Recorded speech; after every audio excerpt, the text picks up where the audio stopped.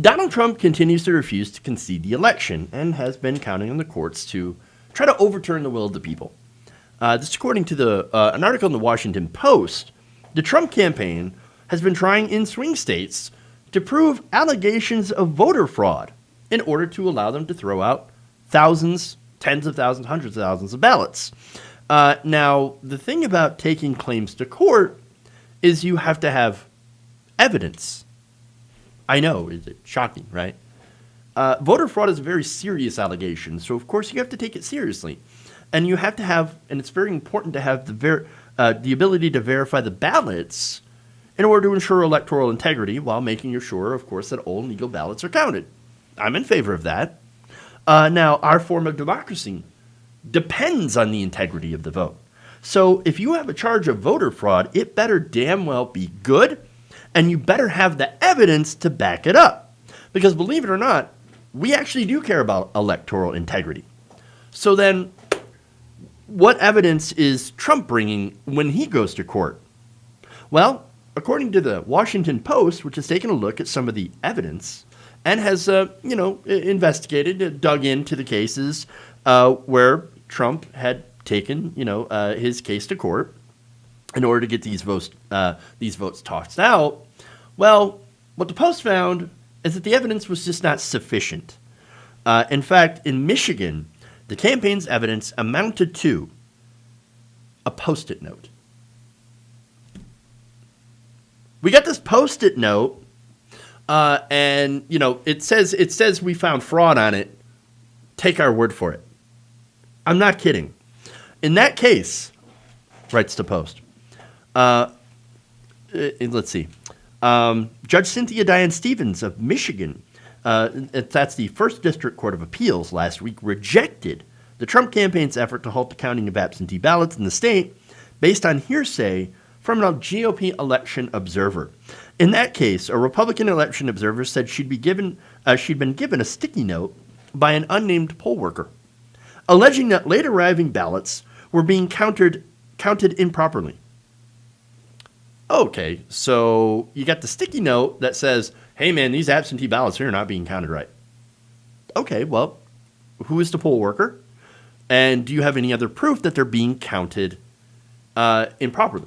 Like, is there any other evidence that you can present to prove your case? Oh, none. Oh, okay, well, great. Apparently she could not provide the poll worker's name or any other proof. Hey, just trust us, man. This is totally real, despite not being able to give you anything to back that up. Yeah. In Pennsylvania, Republicans also claim that GOP observers had been barred from the rooms where the votes were being counted. Problem is, of course, that was not true. Not true at all.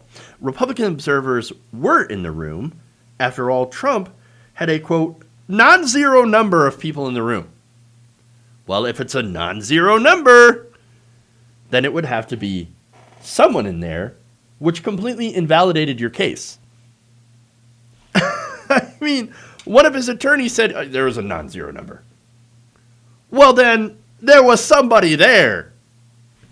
Give me a break. As Jeb would like to put it. Give me a break. Yeah. I'm sorry, then. What's your problem? Asked U.S. District Judge Paul S. Diamond, who denied your request to halt the count. Republicans also sued to stop local election officials from releasing the name of voters whose absentee ballots had been rejected for errors, such as a lack of signature. So, now the way that it works is if you forget your signature and they reject your ballot, they let you know. Like, hey, you forgot to sign this thing. Okay, well, then give me an opportunity to fill out a new one. And then sign it, make sure I, dot my T's, dot my I's, cross my T's, and so that this thing can get counted. Republicans said, no, you should not be able to do that. If you fuck it up once, that's it. No redos. No redos. That's voter fraud. But wait, what kind of an argument is that? It's an argument we're saying we want all those ballots thrown out.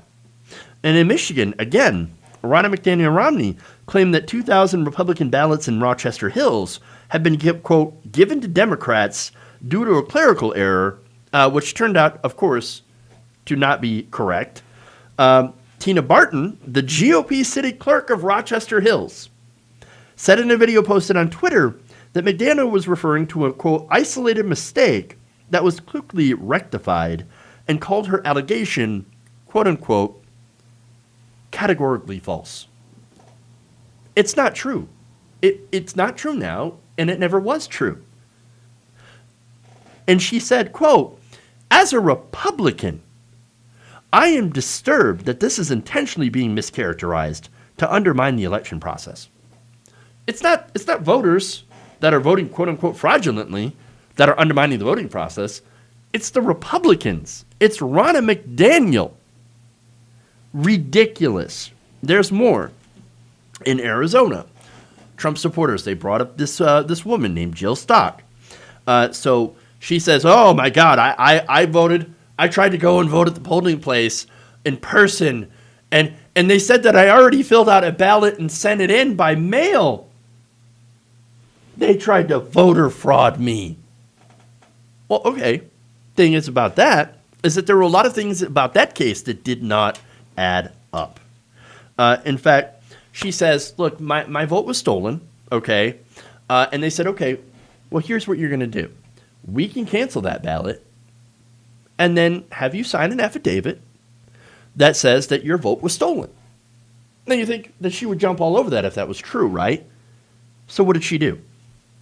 Apparently, she said, no, not going to do it. Now, furthermore, they looked at the ballot. They looked at the mail-in ballot because they did receive one from her. And they matched her signature up. So either it was a completely perfect forgery of her signature, which is problematic and could happen, of course, right? It could happen.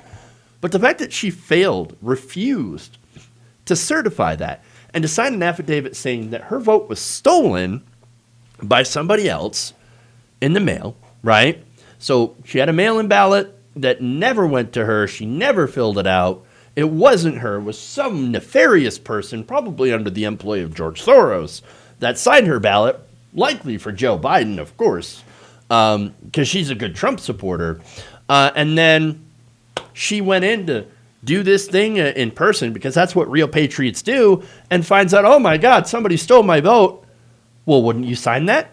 I mean, that's your story. Aren't you sticking to it? Or maybe it's a lie and she wanted to cover her ass. Yeah. I'll leave that up to you to figure out, okay? But look, if your ballot was stolen, why wouldn't you sign that? And understand, it's cases like this. That is why they keep getting their asses thrown out of court. Because they're bringing nonsense. There's just no evidence to back up this massive voter fraud conspiracy. Having people say it on Fox News or writing it in Sharpie on a little Post-it note is not evidence. That's not evidence. That is not good enough. That is not what works in reality. And that said, it's not as if the Trumps had all their cases thrown out. They actually brought a ton of cases, and they're just throwing things to the wall to see what sticks. In fact, here's the cases where they actually won. In Pennsylvania, Trump's campaign won an order to move observers closer to the counting machines in Philadelphia. I don't have a problem with that. Okay, you want to be closer to the machine? All right. You want to observe it? Fine. 100%. Okay, do it. Justice Samuel Alito also issued an order that election officials must separate ballots that arrived after Election Day, but before Friday, according to Pennsylvania law. That is a step that counties had already taken. So congratulations. They were already doing what you wanted to do, but now you got an official order from the Supreme Court. Yay! Awesome. Great. And under an earlier ruling by the state Supreme Court, election officials may tally those ballots, which are a small fraction of the overall vote, but state officials have ordered them to be kept segregated in case of further legal challenges. Desperation. That's what it sounds like. Desperation.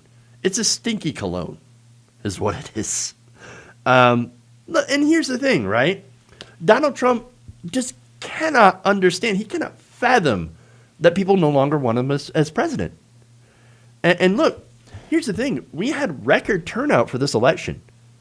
Joe Biden's got the most votes in history. But not only that, but Donald Trump actually got more votes than he did back in 2016. And so both candidates, again, Donald Trump did better than last time. Isn't that something that he could go, hey, man, look, I may not have won, but look at the record turnout in our election. We got great ratings. Congratulations to Joe Biden. He got better ratings this time. But come 2024, I'm going to get him 2024. But he can't do that. And look, even Trump got a larger share of the Latino vote than he had before. That's something that he could go and talk about and be like, dude, I got lots of Latinos. I did tremendous with the Latino voters. They love me. Okay, great. Okay, whatever, right? You can do that. It's just that, look, Biden won. He just did better. You lost, son. Clean up. Go home. Stop embarrassing yourself. And by the way, racking up legal bills, which we all, of course, know that Donald Trump's never going to pay. Ever. I mean, just shut up, concede, go back to Trump Tower, go do whatever it is you're going to do. Go make a TV network, go run Parler. I don't care what you do. Just get the fuck out of our house, out of the White House, when it's time to concede. You got 70 days, son. 70 days. And then your ass needs to be out. If you enjoyed this video, please give us a like and share with your friends. You can subscribe and help out the channel by becoming a patron. It's patreon.com/Jeff Waldorf. Or you can become a channel member as well by hitting the join button below.